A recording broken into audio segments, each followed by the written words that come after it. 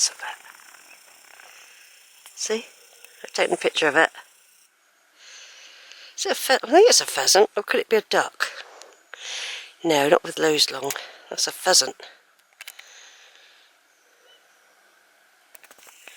Hiding in the bushes. I'm not going to disturb him. I also heard like a bird tapping something on a stone or something as well, unless it was a woodpecker. So I'm back on with the video again. I had to change batteries a minute ago, so it sort of went dead suddenly, which is what happens. But it did save what I'd done. So that was alright. So I've done quite a bit of videoing, believe it or not. I didn't want to, because I'm trying to get on to doing family tree for the winter soon. It's like a bit of an obsession doing the video and the photos in some respects, because I just stick them on YouTube. They're there if people want to see them. I did used to belong to a couple of Facebook accounts, like local ones, but I'm having a break from them. Another look at the Burrington Combe area. There's someone having a picnic a minute ago. And like I said, I've walked all the way along there, right to the end, and got up across the road and got up the other side, where there's a gate, which would be close to where I'm going when I reach the end. But I won't be going through the gate. There's no time for me to do Burrington Combe. I don't know how I fitted it all in before. I must have been fitter. This old apple tree standing the test of time. There's a few apples on it. Few. All the trees do look like they're experiencing autumn early for me. I think that it's been like this since August.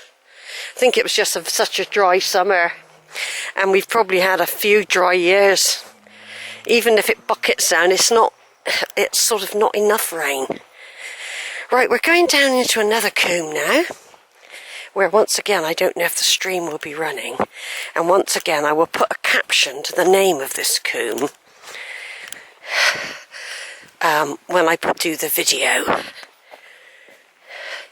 That's why I like coming this way, actually. I mean, it's nice when the stream's running, and it will be in the winter. But you see, then in the winter I haven't got the amount of daylight hours to do this. Not really, because by the time I've walked up from Cheddar, or I've come from Sanford, time goes very, very fast. You know, so there's not always time to fit this in. But I have been here in the summers when the streams have been full, and I videoed them, and they will be found on my other videos that are on YouTube. Most of my stuff's on YouTube, unless I've forgotten or I haven't got round to doing them. I've got hundreds of Western Woods I haven't even got round to doing, organising, because I go up there such a lot, because living local, I'm always up Western Woods, and I like to keep a record of how the trees are doing in different seasons. But I always do videos and things like that. But what that means is I've got hundreds of them, and I just haven't bothered sharing them. Occasional one I will share. Mainly the photos, because it does take me a while to put all the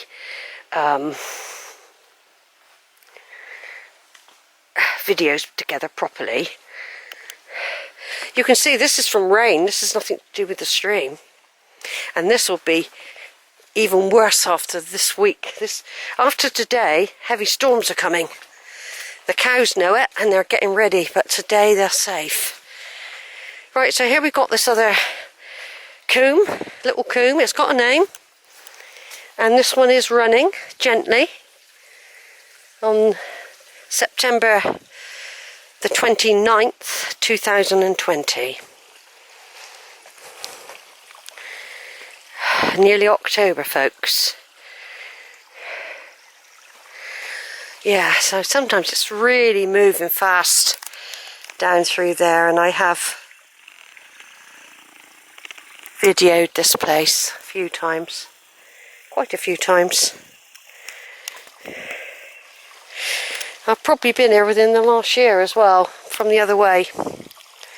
When I had Alberta, I would have done this walk.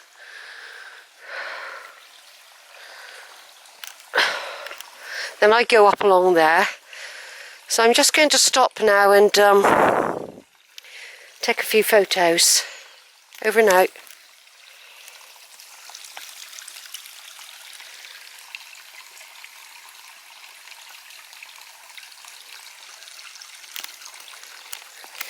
Right, I emerged from the spring, met a lady with 3 Belgium Shepherds, dogs, and before I met her I heard this roaring noise, and it was quite a big roar, like thunder. But what it was, first of all I thought it was the deer that leapt, not in front of me, more or less. But it was only a little deer, and I thought, how could that have made a noise like 1,000 hooves? Anyway, then I bumped into this woman with her 3 dogs, and she'd been walking along there, and she said the cows were in the field, which is there. I've seen these cows. Big herd of black cows. And what it was, they started to chase along the field when she was here with her dogs. And that's what the noise was. They were running like mad, these cows. The noise I heard, like thunder, was actually the whole herd following her with her dog. They were in there and they seemed to know where to go. And I thought, God, if they all started pushing on that fence, it would be down. You know, and God help anyone who had to come across them. I mean, I didn't get panicky, you know, for some strange reason. I just thought there was nothing I could do when I bumped into the big beef herd. A massive beef herd with big horns, but they were cut off. They could still hurt you with them. A big beef herd. Massive. All bulls or bullocks, but massive. Huge, big, brown cattle. Loads of meat on them. And maybe they put them up here to eat the bracken and fatten them up for, you know, slaughter. But anyway, when I've been here in the past, my videos, normally it's 9-foot high bracken here. I can't see none of this. So what I'm liking at the moment is that I can see the landscape. It's quite interesting with the trees scattered. I've probably spoken about this before, but I think, you know, as time goes on, I'm becoming more aware of what's going on. The cows are being shifted about. They're mixing in with ponies. It's quite warm now. I don't really need my jumper on. I've had a banana and a drink of water about 20 minutes ago. I've got an orange and a nice lovely yoghurt bar to have in a minute. But of course I've got to watch out when I eat anything, because especially the orange, for attracting wasps, because this is wasp time. In theory it used to be. This is wasp time.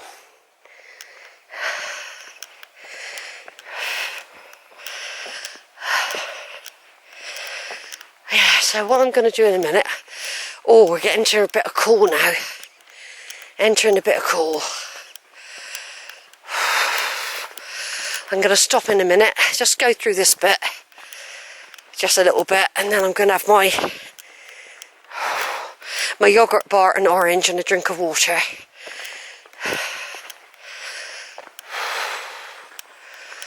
So, I think that over there near the wall, going all the way along there, I think that is the original drove.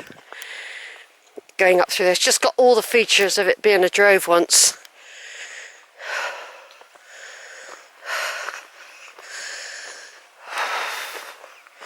Right, over and out for now, folks. Over and out. Carrying on the walk on the lower pathway of the area of outstanding natural beauty. Like I said, it's all been harvested, the bracken. There's big beef cattle out here. A couple of walkers and cyclists. A couple of cows that are kept in this big field that stretches quite a long way. And there we've got, somewhere over there is, there's the, right over there is Bristol Airport. I just zoom in, you can see some, like a lot of airports, I expect they've got a lot of planes. There's an EasyJet there, and there's a couple of other. I've taken off from Bristol Airport when I went to Malta with Zara in 2003. We went there to remember her father, who lived in Malta a lot when he was a very young boy. His parents had been out there in, I don't know if they were out in the war, but his dad was the type of electrical engineer, I think. And I have actually seen photos of him that looked like he had a naval uniform on with a flat cap, not a sailor, like either an officer or an artificer. So, yeah, like I said, going back, that's where I caught me plane from. I went to Israel from Stansted Airport years ago when I worked on a kibbutz when I was much younger, before I got married, before I had children. I travelled all around Palestine, Israel, whatever you want to call it. I've seen everything. We used to have practice air raid shelters, the lot, air raid practice. I've been everywhere in Israel, Palestine, whatever you want to call it. All the main cities, Bethlehem, Nazareth, is it Nazareth? Bethlehem, Jerusalem. We weren't allowed to go to any Arab countries like Egypt, Syria. I don't think we could, I'm not sure about Turkey. After I'd been there, you had like a ban once you'd been to Israel from visiting those sort of countries. In the past, students used to come back through those countries on their return. We had to go back via Greece and Yugoslavia, over the old, all that sort of way. Yeah, it was interesting times, because they'd had a lot of wars out there before I got out there, and there was one not long after we left. There was another big war out there. It wasn't the 6 Day War, it was another one. I mean, we got taken all around the country, out in the desert. I climbed Masada up in the desert, where there was a place that was, Masada means massacre, where a lot of Jews were driven on top of this mountain, if you like, and they stayed up there for years. The Romans gradually built a ramp to get up to them, and when they got up there, everyone was dead. They'd all killed themselves rather than be caught by the Romans. It's called Masada, and we had to climb it at 3 o'clock in the morning because of heat in the desert. Yeah, I remember seeing scorpions and all sorts of things. But of course, in those days, we didn't have mobile phones. This is early 70s. We didn't have hardly any, like, films, cameras as such. I borrowed a camera, and I think it had 26 shots in it for the whole of my journey away. You didn't even think about it, really. And not like now. But I still got those little images. They weren't very good, of course, but I still got them. Yeah, we got taken everywhere. We had armed guards most of the time when we were being shown around the country. Men with machine guns. Men with machine guns on the kibbutz. A lot of students did kibbutz. You didn't have to be of a Jewish faith. They used to let you on. I've seen people with who'd been in concentration camps and had the number printed on their arms and things like that, from the last war. Yeah, I've been the Holy Sepulchre in is it Jerusalem? It must be. Yeah, I've touched the stone where Jesus is supposed to have been laid to rest. The Garden of Gethsemane. I can't pronounce things, by the way. Bethlehem, of course. Yeah, swam in the Dead Sea, the Red Sea, the Mediterranean, and the Sea of Galilee. I've been in all those seas. Unbeknown to me at the time, and many, many moons later, when I was much older, I started doing my tree about 20 years ago, if not 25 years ago. I was always intrigued by certain names in the family, where they come from. So I just kicked off and it just snowballed. Way before everyone's doing it now and got apps and all that, we had to do it the hard way. Lug, massive, great manuscripts about. But I found crusaders in my tree. Castle builders. You know, very important people in the country. That would come over with William the Conqueror. But I even traced back to Alfred the Great. He's in my tree. And it's not unrealistic. It's quite common now. People are tracing back. 500 years is dead easy. Because you can read the language a bit easier. Whereas further back you go, it's more Latin and other sort of weird language, Chaucerian, and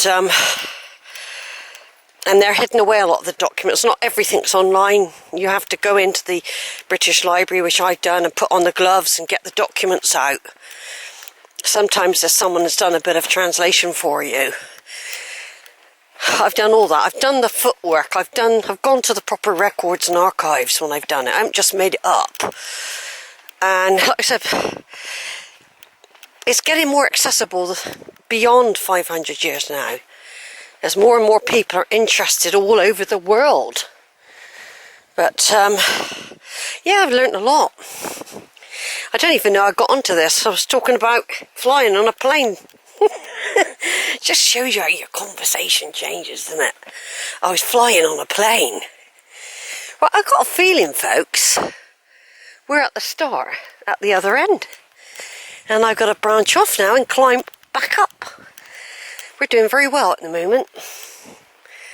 Yeah, now if we go down to this pole, and if you go left, that'll take you down to Burrington Combe. There's lots of tracks now that branch off. So I could have done a higher track if I'd gone on this one, which I do sometimes. I wanted to do the lower one. I wanted to see the state of the streams, but you can follow this one up. And now with all the bracken taken down, you can just walk about anywhere. It exposes the area more. But here you can go straight up there. You can go up to the trig point. If you go up there, you can go up to the trig point. What I'm going to be doing now is, and of course the pole points every way. It's just, everything points everywhere. See? I've come through that gate before now there. I've been everywhere actually. Yeah, come through the gate from a field across that way, and I did a little walk that takes you up. Got it. You know, I'm not doing it today, but that's if I was doing Velvet Bottom. I'd come through there.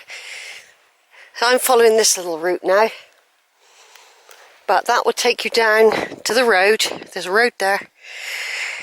And the village of Burrington. But now I've got this nice, it's a steady climb up, by the way, because I'm not going straight up there. There is tracks that take you up to the trig point. But I'm following this little sign. I know this well. You just follow this field system. In fact, I could have gone that way if I'd wanted to and come out by a stile further up. But no, I don't mind doing this. Just in case there happens to be cows in those fields now. You've got to be wary. People coming down on horses again over there. This is big horse country. Big horse country. Somebody I know, she's, how old is she? She's the same age as Duncan, I think. Or she could be the same age as Jolene. And she's only just found out that she can bring her, I think she's got horses, that she can bring her horses over here. And she's absolutely thrilled. All her life she said, I never knew about this place. Right, over and out for a bit.